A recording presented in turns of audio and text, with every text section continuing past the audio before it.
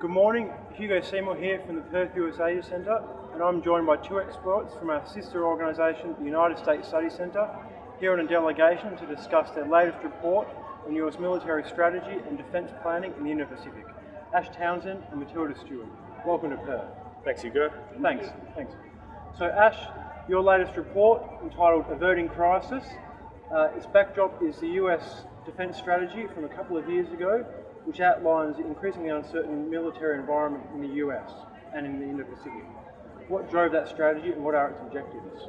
Yeah, thanks, Hugo. That's right. The US National Defence Strategy of 2018 was really designed, I think, to shock the Washington strategic establishment into waking up from what had been 2 decades of really of a defence strategy which was really not prioritised to focus on what the main strategic problems for the United States will be in the 21st century, and that is the return of great power competition vis-a-vis Russia and China, principally the way that China's military is changing the balance of power in the Indo-Pacific, and how the US should respond as an urgent priority to address that and to maintain a strategic equilibrium. The National Defence Strategy zeroes in on some of the problems that have plagued the military in terms of enduring conflicts in the Middle East, in terms of the need to prioritise those conflicts, and therefore in terms of the lack of spending on the kinds of high-end capabilities that the US really needs to go into the 21st century to be well equipped for the contest with Beijing that is beginning to play out in the Indo-Pacific. And our report delves into this, and although we take a somewhat different characterization to the National Defence Strategy itself, we tease out what we call a problem of strategic insolvency. And that is that the ends of US strategy are no longer supported by the means that Washington has at its disposal. Whether you look at the way that conflicts in the Middle East has really drained the readiness of the force, whether you look at the resources problem that is a product of dysfunction in Congress and the Budget Control Act, whether you look at the inability to date to really prioritize high-end military modernization, and then finally whether you look at the nature of US global strategy and the 60-odd commitments it has around the world, which is far too many to focus on given the scale of the problem in Asia, you have a situation where the United States, in our view, no longer is by itself able to uphold the balance of power in the region, and hence our report delves into the details behind that and teases out the implications for Australia. Thanks very much. And Matilda, we're currently seeing political divisions in Washington play out, and that uncertainty will no doubt continue right up until the 2020 presidential election and beyond. What risk does the political division in Washington pose for certain US defence spending? Yeah, so I think, one of the main findings of our report was that kind of growing partisanship and ideological polarisation, and that's within and between both major parties in Congress, is making consensus on federal spending priorities really hard to achieve.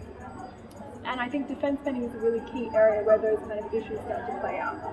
So broadly speaking, the Democrats are concerned with funding social and domestic spending priorities, where Republicans are more concerned with funding national defence. And budgets ultimately need buy-in from both sides of the aisle in order to pass, as we require a 60-vote majority in the Senate to pass a budget. So I think what you've seen in the past in relation to these divergent perspectives on defence is that Congress hasn't taken a particularly targeted or thoughtful approach to defence spending. They've been more focused on kind of keeping the government open and operational, preventing government shutdowns, and pursuing a kind of targeted strategic objective.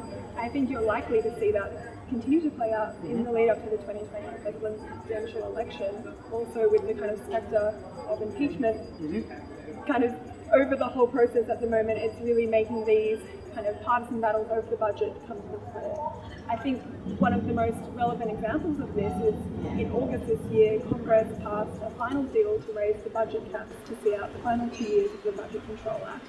Even though they've agreed on the final top line for the budget, Congress still hasn't been able to come to agreement over the individual spending bill for national defence.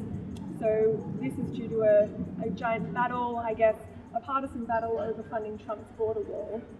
And so we've seen a continuing resolution in place up until the 20th of December this year, and it doesn't really paint a promising picture for how future budget negotiations are going to play out over the next year. Fantastic. So Ash and Matilda, what are the implications for Australia with all this uncertainty in the current strategic environment and the uncertainty around the US's commitments to spending that's required to defend the region? So in the report, we argue in favour of a strategy of collective defence.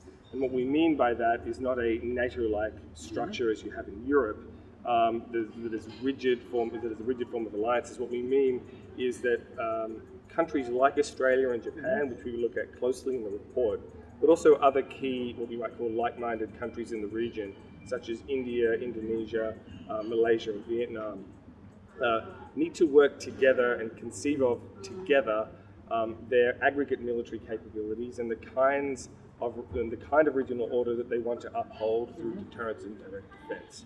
And the reason that this is important, not least for a country like Australia that is such a close US ally, is that we need to be in a position where, as useful allies, we can offset the, in our view, likely shortfalls in American military capacity in the Indo-Pacific going forward in ways that are not just useful, but that will be valuable in upholding aspects of that rules-based order vis-a-vis a potential for conflict.